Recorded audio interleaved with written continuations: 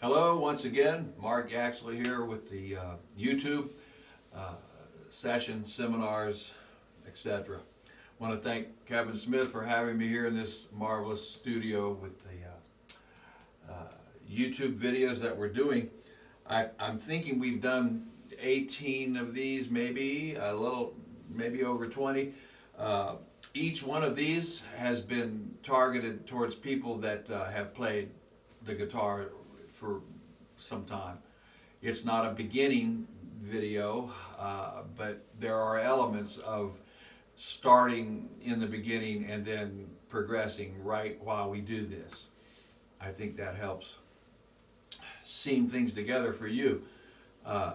What we're going to do today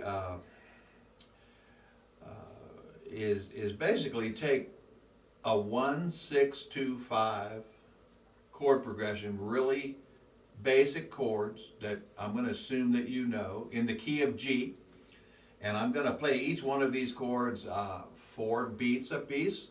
You can play with me. The key of G, a 1-6-2-5, meaning the 1 chord is G, the 6 chord is E minor, the 2 chord is A minor 7, and the 5 chord is D7. And we're simply just going to play them in first position down here very, very slowly, and you can play with me. Maybe you can tune while we're doing this. I'm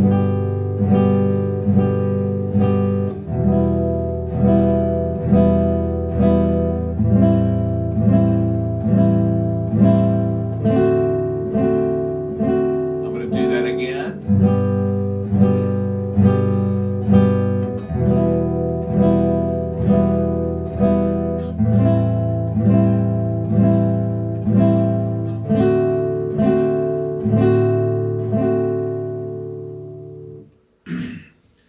Now what I'm going to do is take the 4 chords and we're going to invert them.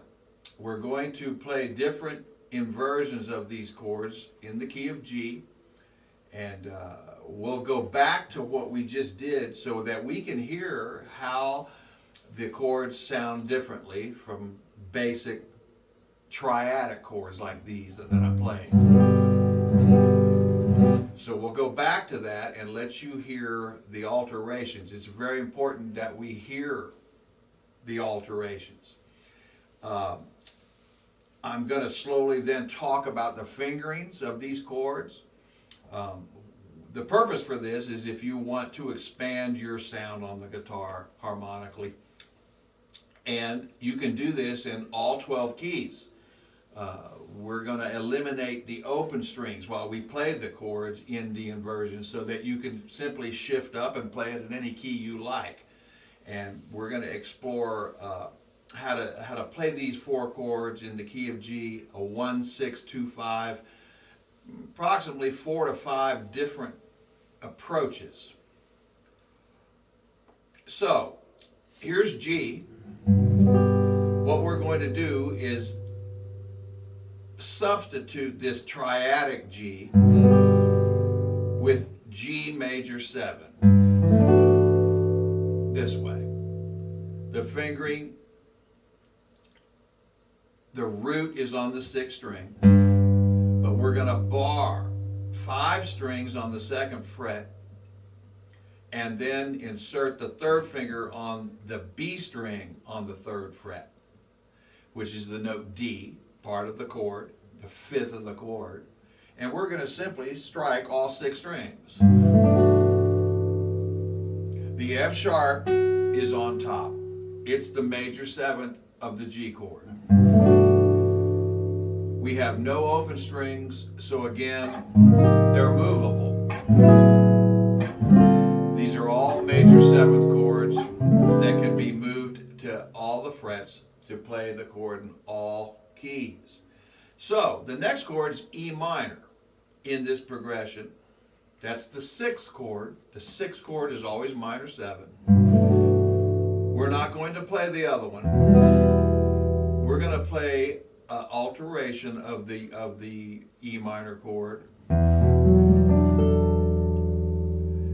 The notes are E, first finger on the A string, 2nd fret, 3rd finger on the D string on the F sharp note, open G, a D on the B string on the 3rd fret, which is the 7th of the chord, and then the pinky, as you can see, is right above this high A up here.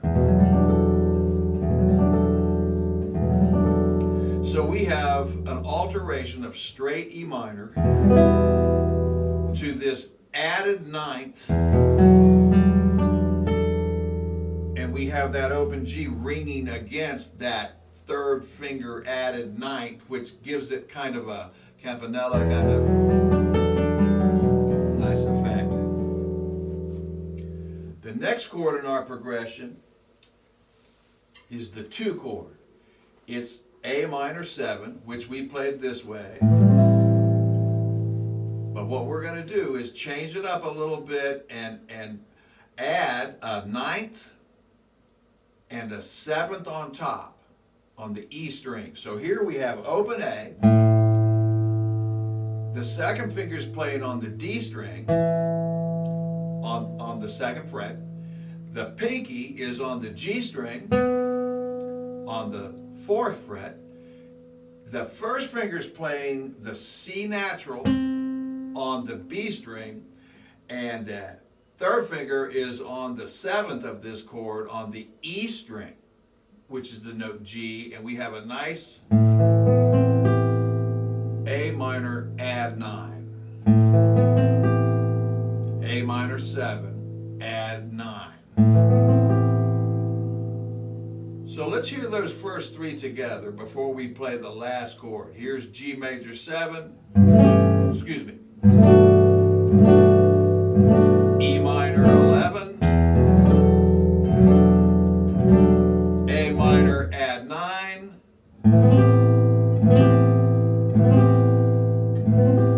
now D 7. We're right close to the D position of an open D.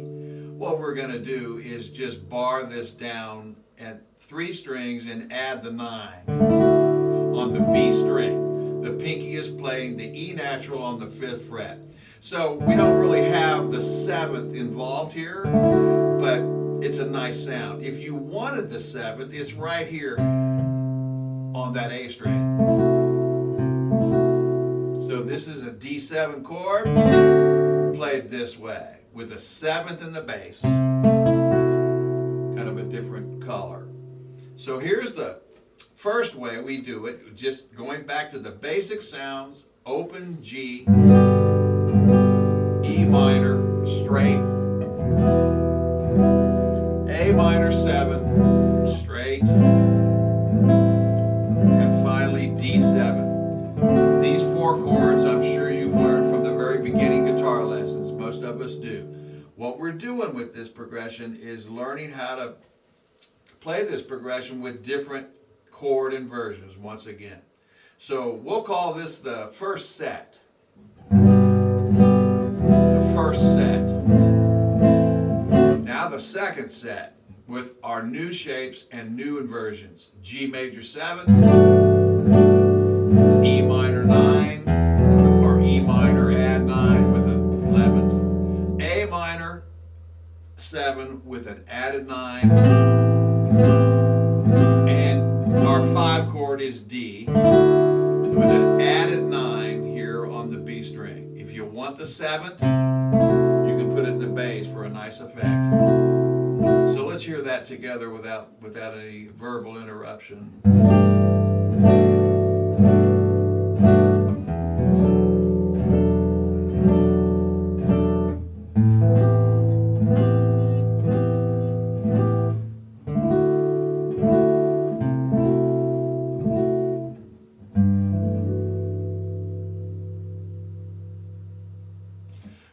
Going on, I'm going to ascend on the fingerboard a bit, and play these 4 chords, more so in the middle of the guitar here. The G will now be played from the the 5th fret to the 7th fret. The notes are G, D, F sharp, and B. It's a bar chord. The pinky is barring the top 3 strings, and the root is simply played with the index finger on the D string. So it's a 4-note chord. Here's G triadic. Here's G major 7 with the root on the D string. Again, that's first finger on the D string, and the pinky just simply bars 3 strings, giving us G major 7 for the first chord in the 1-6-2-5 in the key of G. For the E minor chord, we're going to try to stay close as we can. Economy of motion, we try to play that way so we don't have to shift too much when we do anything on the instrument. We try to make it close, in proximity to where we start. The next closest E minor would be right here. Here's the first way from the first set. What we're doing now is going to the 7th fret and playing a minor 7th chord with a 5-string bar, a 2nd finger on the 2nd string, and the 3rd finger on the D string. This is a very common way to play a minor 7th chord in a bar chord technique. So here are the first 2 chords. G major 7, here's E minor.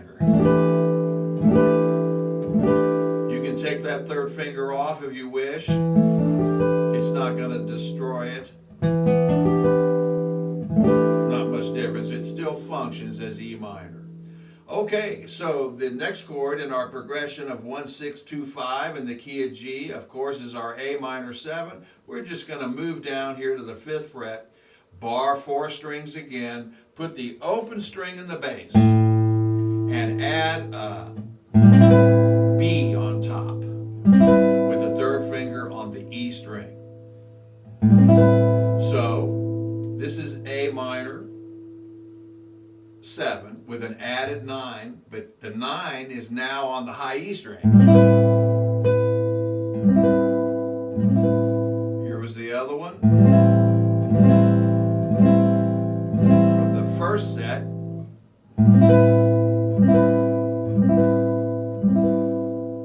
Now this way. The last chord in our progression of 1-6-2-5 in the key of G is D7. What we're going to do is play D9. This chord is very common in blues and jazz. I've seen it in classical music. It's nothing but a dominant 7th chord in the key of D. We have the root on the 5th string with the 2nd finger on the tip of the finger. The 1st finger plays conveniently on the D string on the 4th fret, which is note F sharp. That's the 3rd of this chord. And then very simply, the 3rd finger is laid flat on the 5th fret, giving us the notes of C, E, and A.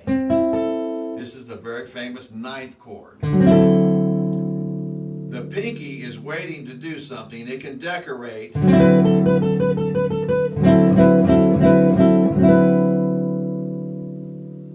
So now we have G major 7, E minor with a bar,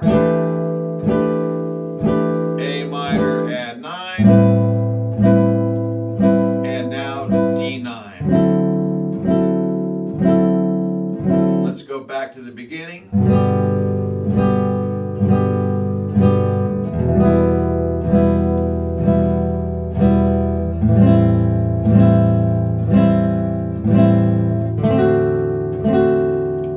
Second set.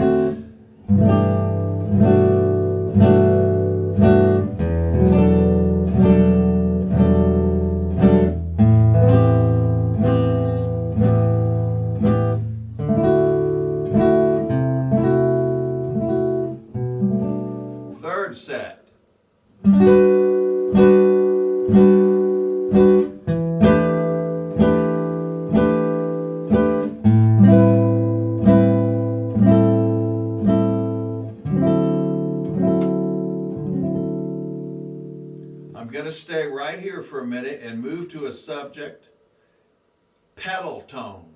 Pedal tone. Sometimes we have a continued note held in the bass while the other notes move over the top.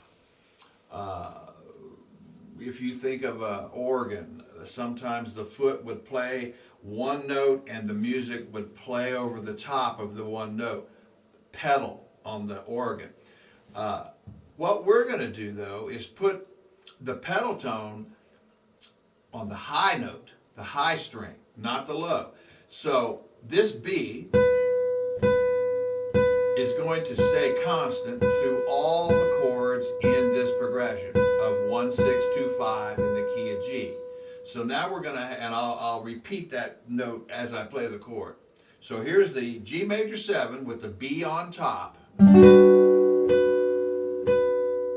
Here's the 6th chord, E minor with the B on top. Here's the A minor 7 chord with the B still remaining on top. And here is the D9 chord with the B on top again. Here it is a little quicker.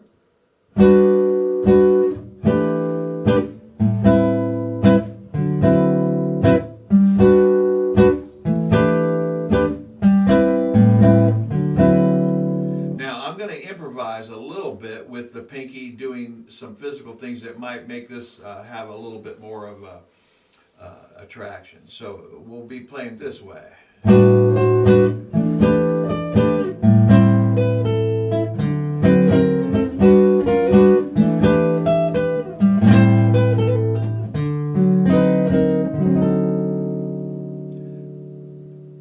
So I'm composing some things while I'm playing the chord progression. You want to experiment with this and do it yourself. Let's go back to the beginning.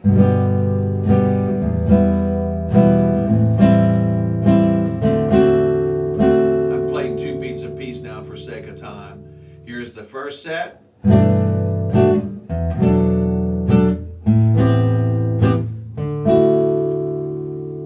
Oh, that was the second set. The first set, of course, is triadic.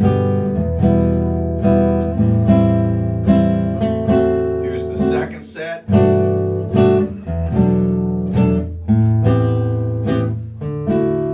Third set.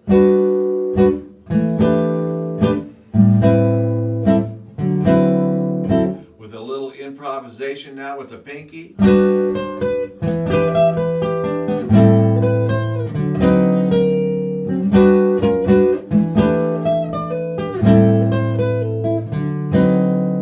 I'm going to use a pedal tone on the top E string.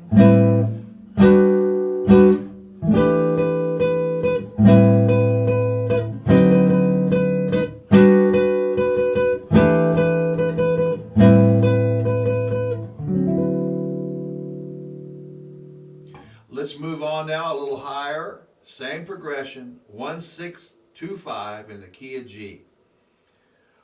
For the G chord now, we're going to go here and play G major 9 on the inside strings.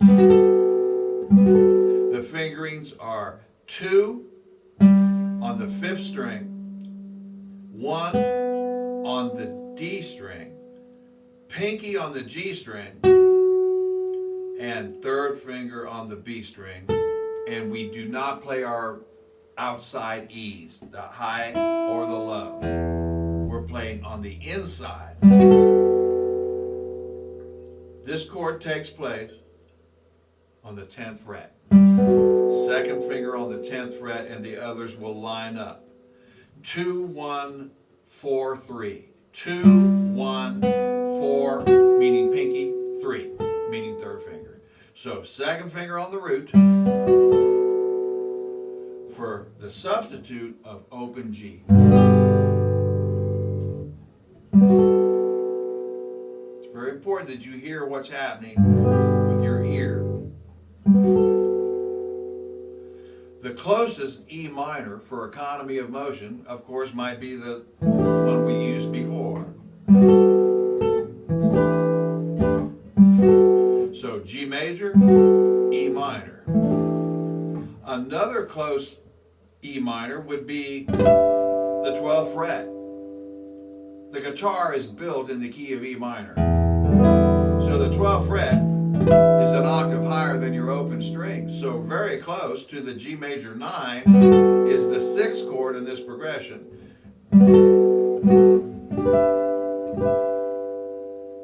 The next chord's A minor 7.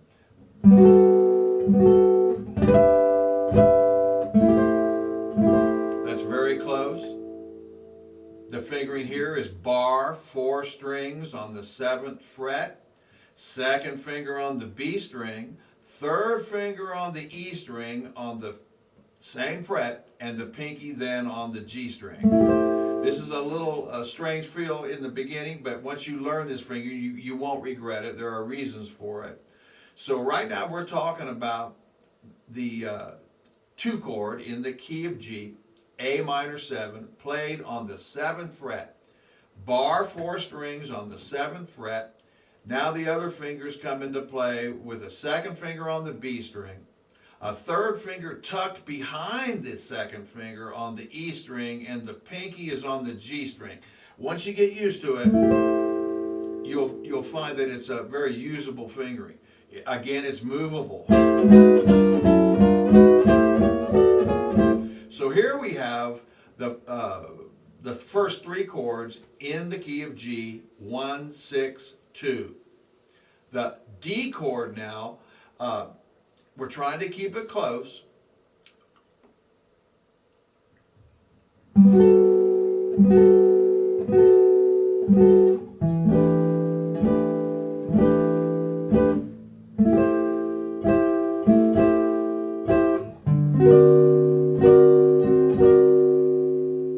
I haven't left 5 frets.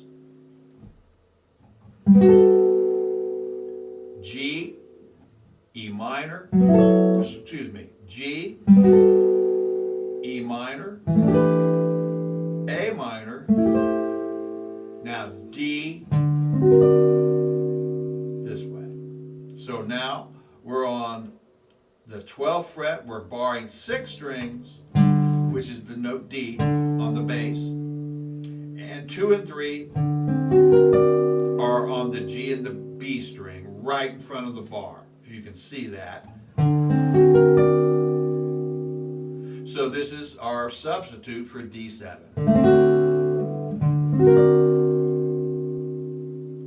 That's a lot. I'm going to go back to the beginning and do this fairly quickly. 2 beats apiece for sake of time.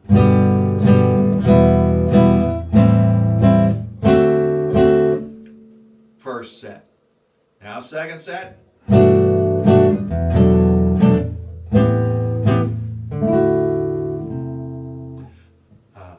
Third set.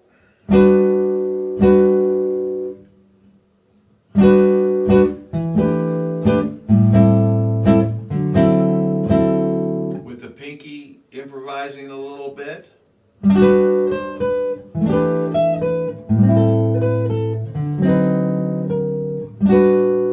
Now with a pedal tone on the top E string.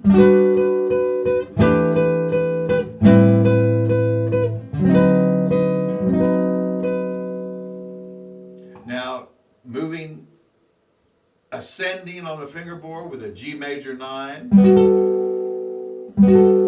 Inside strings, we're not playing the high E and the low E here with this chord voicing. This is G major 9.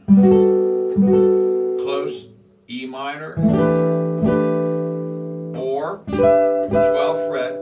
Both of these 2 E minor chords, the 6th chord in this progression, are very close to the first one.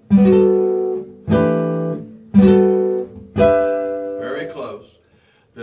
Now the 2 chord, A minor 7, and finally D dominant 7 this way. I'm going to keep going now past the 12th fret.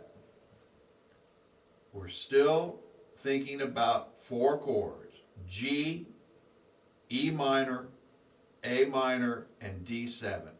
The first chord, G, will now be played here. with a 5-string bar on the 14th fret with 1 note added on the 2nd string with a 2nd finger. It's a very easy fingering, and this will function as G major 7. We're not playing the low E string here, we're just playing 5 strings. Let's hear how that sounds against open G.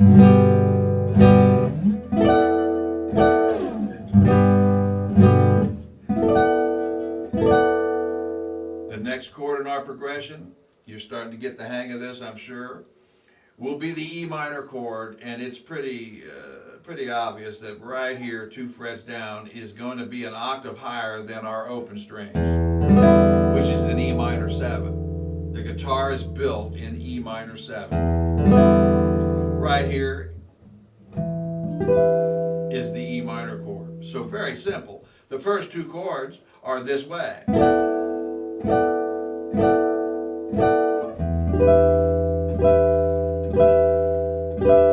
Now right here in front of this bar will then be the conventional way to play a minor 7th chord,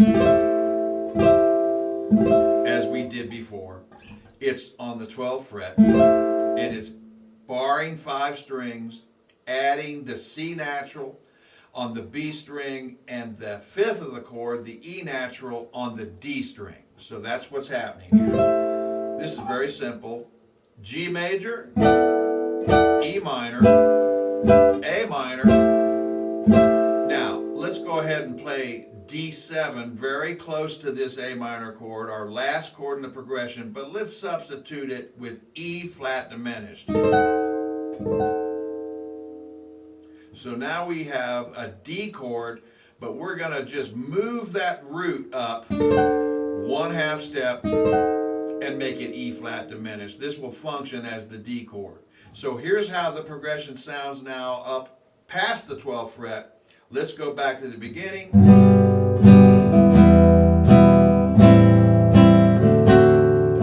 And now.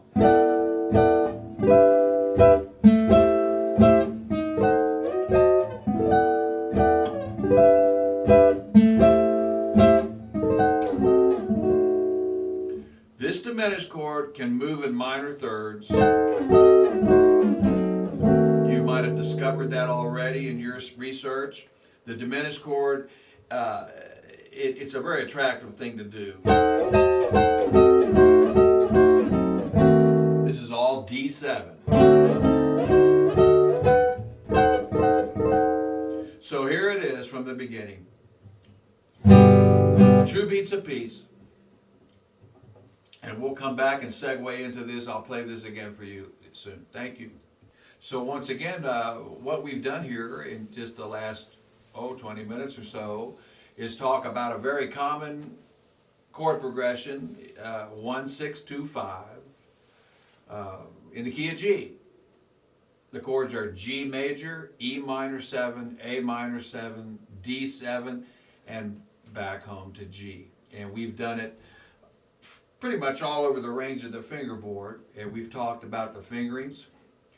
I believe there is a resume sheet on me on my website, has a phone number. You're welcome to call me if you want to. If you want to come to Santa Fe and hang out, like that's going to happen. But if you do, you can call me, and I love talking about this stuff. We have classes and we have private lessons, and I just like to meet players, so don't hesitate if you wish. There are a lot of numbers and letters and strings and terminology. Sometimes we can get lost in all this. And I try to be as thorough as I can and talk slow enough so that you can get this. Again, these sessions are focused on people that have played a little while and maybe already have had this. Just review for some of you. There are things that you can use in all music. Just fingerboard awareness kind of things.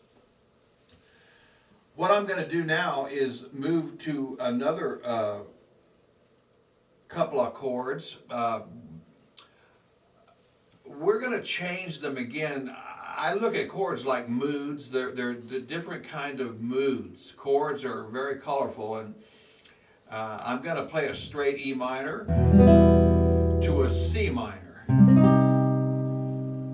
Now that's a very distant key change. This is the key of E minor, which has one sharp, F sharp, and now this straight C minor chord, which has three flats in it, the key signature of C minor. So it's a kind of a mild, abrupt change.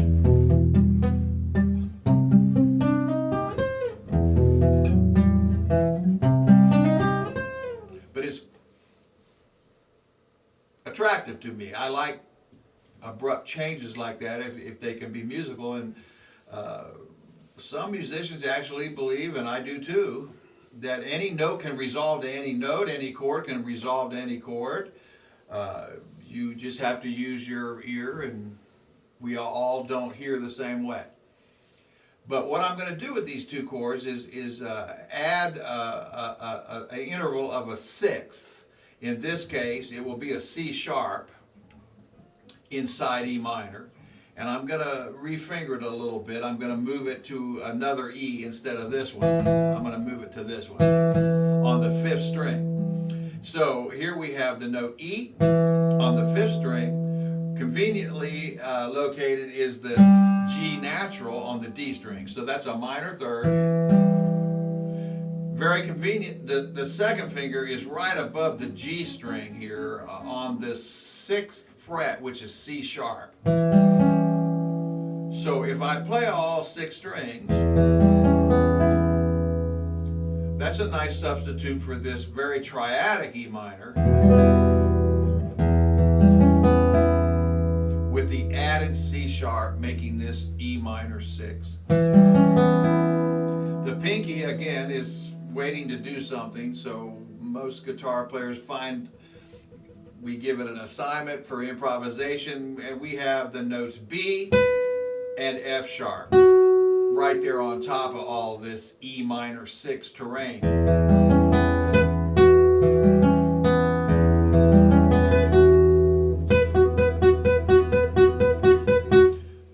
What I'm going to do now is just shift the chord down to the third fret with the same fingering. This will now be C minor 6, but on top is a B natural, which is a major seventh in the key of C.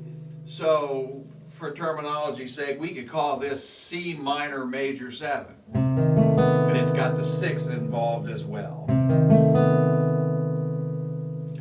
Here are the two chords.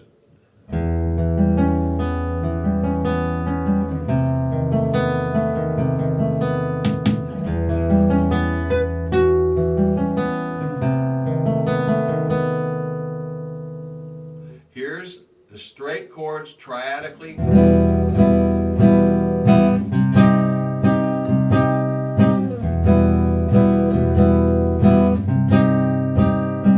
Now the second set.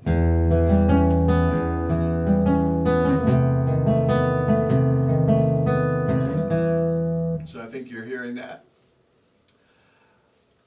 We talk about chromaticism in one of the videos. I'm going to play a line of chromaticism that can seam these two chords together.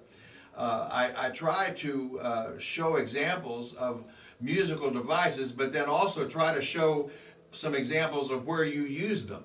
In this situation,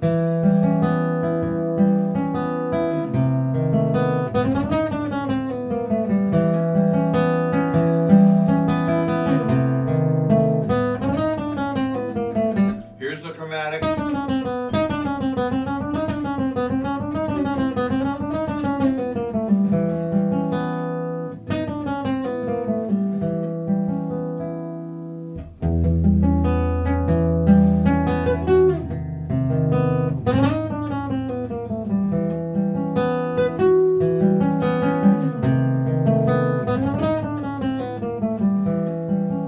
That kind of thing.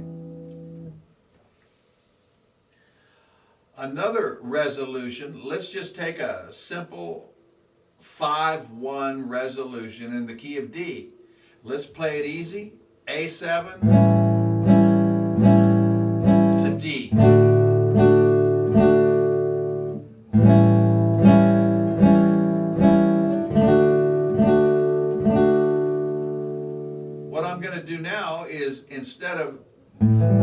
A7 in first position, I'm going to play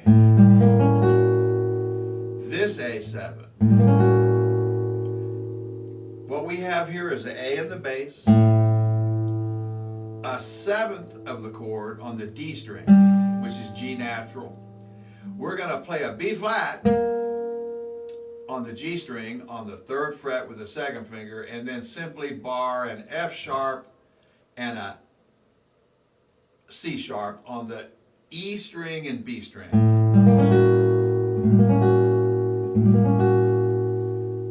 We could call this A13 with a flat at 9, resolving to D major 7 with a 1st finger bar on the 2nd fret, playing the notes A, C sharp, and F sharp.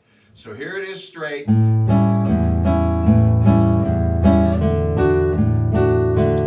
Here's the alteration.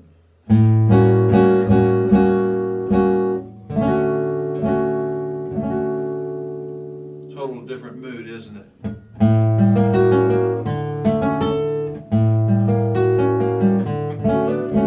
Again, the fingers can improvise some physical ideas. You experiment with that. Always experiment and see what you can find to make a musical kind of phrase while you're playing your chords. Constant composition going on here. So what we've done here is take 2 resolutions, E minor 6 to C minor 6. We did it in triadic form, and then we altered it. Little chromaticism.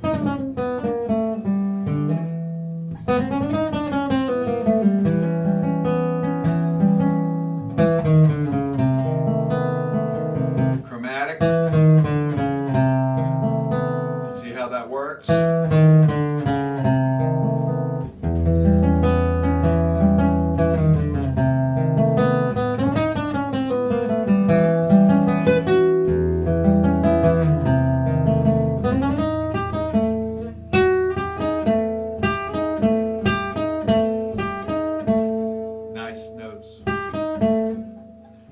Then a straight A7 to D major. Now with the second set of substitution, A13 flat 9 to D major 7.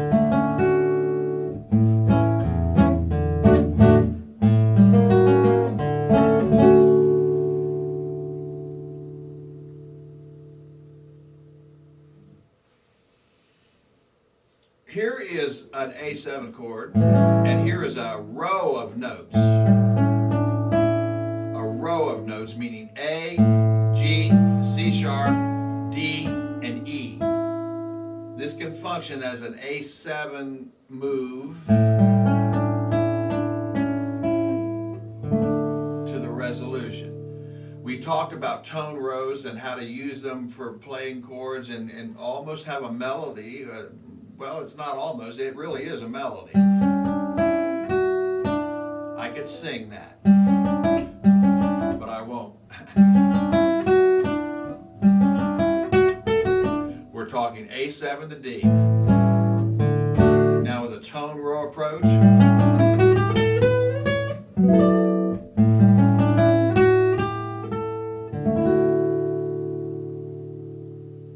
I want to talk about a deceptive cadence, meaning instead of going to D right away, we're going to throw in then D. What I did was play an E flat chord first, then resolve to D. Let's hear that with a tone row approach.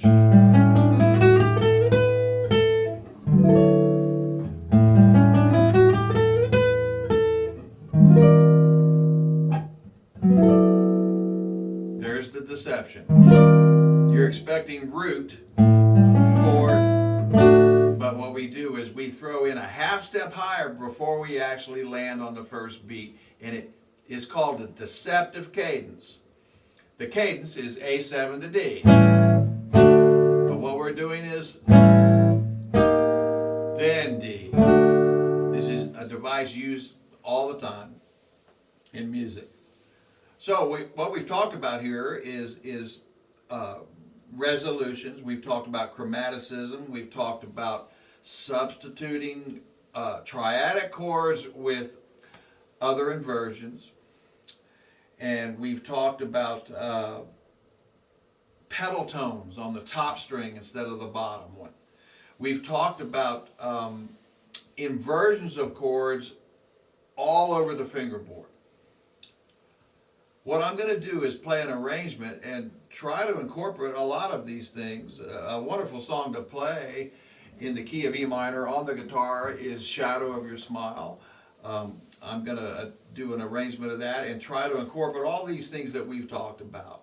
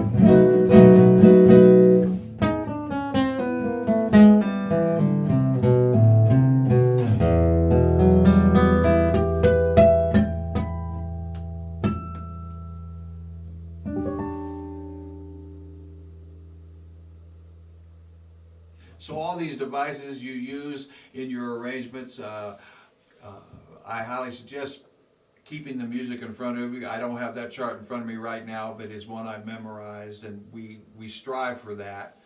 A constant searching for new ideas and approaches. I want to talk about things you can do that it may sound silly, but if we think about how many notes we have in our system, you say 12 or 13, I might do this now and then. I highly recommend it. I'm going to talk about one note, E. And I might spend some time doing this. Maybe not the whole day, but a large part of it. And I got into this habit. I'm thinking 13 notes, 13 days. And I think about one note, E. And I know that's the root of an E chord. Well, I also want to know what that note is in other chords, because I'm a musician and I want to know these things. I sometimes think of mechanics. They want to know every part of the engine and what makes it work. And a good mechanic studies that in slow motion. You know, he might spend the whole day with a fuel pump and really research it. I don't see why it's any different as a musician. What is the note E in the key of D? What is its role? It's the ninth of the chord.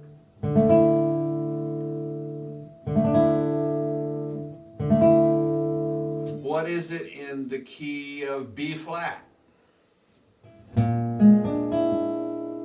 It's the sharp 11th of the scale of B flat, or the sharp 4. And I'm still thinking one note. What is it in the key of C? It's the 3rd of the chord. What is it in the key of A? It's the 5th of the chord. So I'm still thinking about one note, but I'm putting it in other harmonic terrains and trying to realize what its role is in different keys and different chords. If I'm doing it on E, why couldn't I do that on A flat? Why couldn't I do it on B flat? So I guess what I'm suggesting here is pick a note and spend the day with it.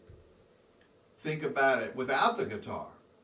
Think about it right before you fall asleep. It's a wonderful way to fall asleep, is thinking about musical sounds and notes. I highly suggest that, because what has to happen if you're doing this every day, in 13 days you've conquered quite a bit. That's quite a task, but one note, one day, 13 days, well, there's 7 days in a week, and I think there's 52 weeks in a year. You do the math. After a while, if you're doing it daily, it's maybe a silly thing, but it actually gets you very acquainted in a slow motion way with music and what notes are in chords. Well, this has to happen in seconds when you're improvising. When you're looking at a chart and you're improvising, you need to know where these notes are in these chords. And it has to happen in nanoseconds, very quick. Improvisation is a mystery. I believe they're doing research on what part of the brain we use when we improvise music. I think John Hopkins, I'm not sure of the brain surgeon's name, it might be Lim or Lamb, I can't remember, but they're actually doing tests on jazz musicians. It was in the New York Times. Very interesting. What side of the brain is working when you improvise music in the prefrontal cortex? Look into that. It's fascinating. But what we're talking about here is how do we go about this where we can digest everything and do it slowly so it really, we get it internally. One note, one day. 13 notes, 13 days. You just keep doing it. Well, if it can work with notes, it can also work with chords. 3x5 cards are wonderful for taking a Sharpie and just writing in the strings on the lines that are already there and dot in the fingertips on the chords that you invent. Do one a day. throw it in the shoebox. You've got 7 chords that you've invented. On Sunday, just review them. You do this every week, you see what's happening here. It's a constant feeding the information at a slow pace. Now, most people that do this, they may remember 3 of those 7 chords that they invented. And what I'm talking about is you're actually inventing your own fingerings for chords by using your ear and knowing the notes of what chords, what makes the chord happen in notes, triads basically. Well, if you remember 3 of them, that's a good start. Some people remember all 7. I am getting to that point. But you have to apply those chords to something. So what we're talking about here is a signature that you're going to get in your guitar playing if you do these activities. 1 note per day. Think about what it is in all keys. Do all the notes and try to write a chord a day on a 3x5 card. Just dot it. You've seen, they're called chord grids. You've seen them in method books, but do your own. Throw the 3x5 card in a shoebox, and on Sunday just put them on the coffee table and strum through these inversions that you've composed physically, and then apply them to the tune that you're analyzing. It's kind of like building your own kingdom. When it comes to jazz guitar playing, basically we get a lead sheet with the melody and the chords, and then we have to be the arranger. We have to be the technician and the composer at the same time. And it has to happen in milliseconds. It's very, very hard to do, and be good to yourself. This is not something that's handed to you on a silver platter and you can just do it. I had a good friend ask me, how come you can do this and none of us in the world can do this? Well, you can do it. There are lots of people that play this instrument quite well. It's daily research. And these are things that you can do in basically just an hour. And they're very simple things to think about, but they lead you into a terrain where you can gain a lot of experience playing improvisational music very quickly by just simplifying things and experiment, constantly experiment. So I think next time we'll talk maybe about some things that are going on with musicians now. We're in a very unique situation in the world with all that's going on, and being an instrumental guitar player is quite different right now. And how I want to talk about that, how we could maybe help you if you are a career musician. And I have some ideas next time that we do this YouTube session. I'm going to talk a little bit about how to fit in this instrumental guitar playing with what's going on in the world. It's very interesting what's happening right now, and I know you know what I'm talking about. So thank you for this day, and enjoy your guitar. We're blessed that we can do this music. It's great medicine for all of us. Again, my resume sheet has a phone number. If you want to call and talk, we'd love to talk with you. And we want to say thanks to Kevin Smith again for having us here. Thank you so much.